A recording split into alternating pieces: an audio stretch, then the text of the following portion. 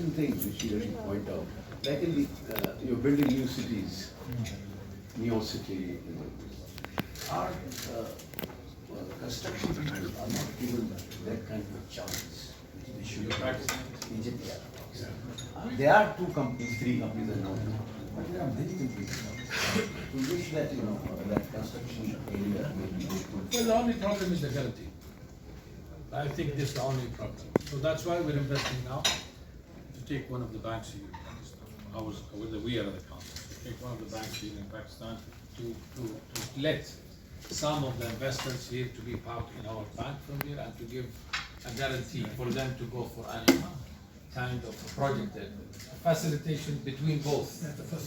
If you have a good relationship with your bank in Saudi who wants to do business in Pakistan, then you better come to us. So we do facilitation between 2 banks there. So that's why we're in serious discussion now, and we'll be announcing it very soon. Inshallah. That would be a very big And step. also for the businessmen in Pakistan, they can be part of our banks, and then we can submit for them all the guarantees that can be accepted from the, our banks in Saudi.